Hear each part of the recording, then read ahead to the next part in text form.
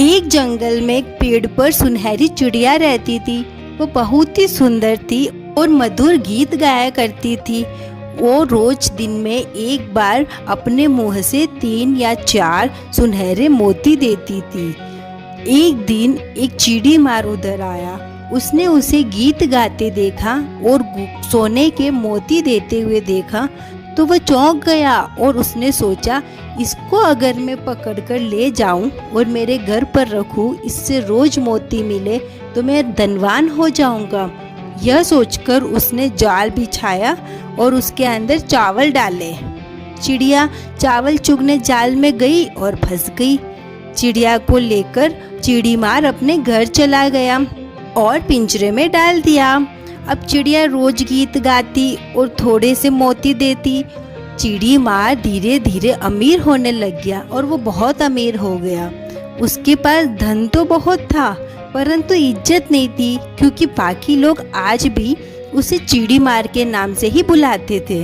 वो सोचने लगा कि इतना धन होने के बाद भी मेरे पास कोई इज्जत नहीं है, मेरा नाम नहीं है।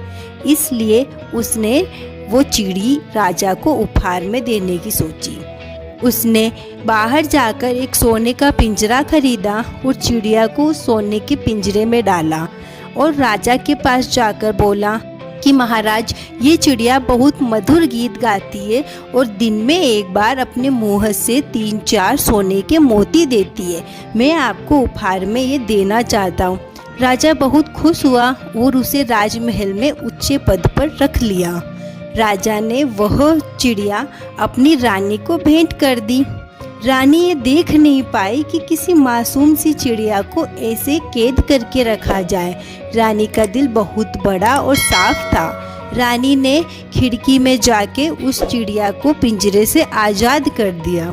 जाते जाते चिड़िया ने कहा कि आपका दिल बहुत बड़ा है। हर कोई लालच में फंसा था, इसलिए मुझे कैद करके रख रखा था, परंतु आप में बिल्कुल लालच नहीं है। आपने मुझे आज़ाद किया, आपका बहुत बहुत धन्यवाद।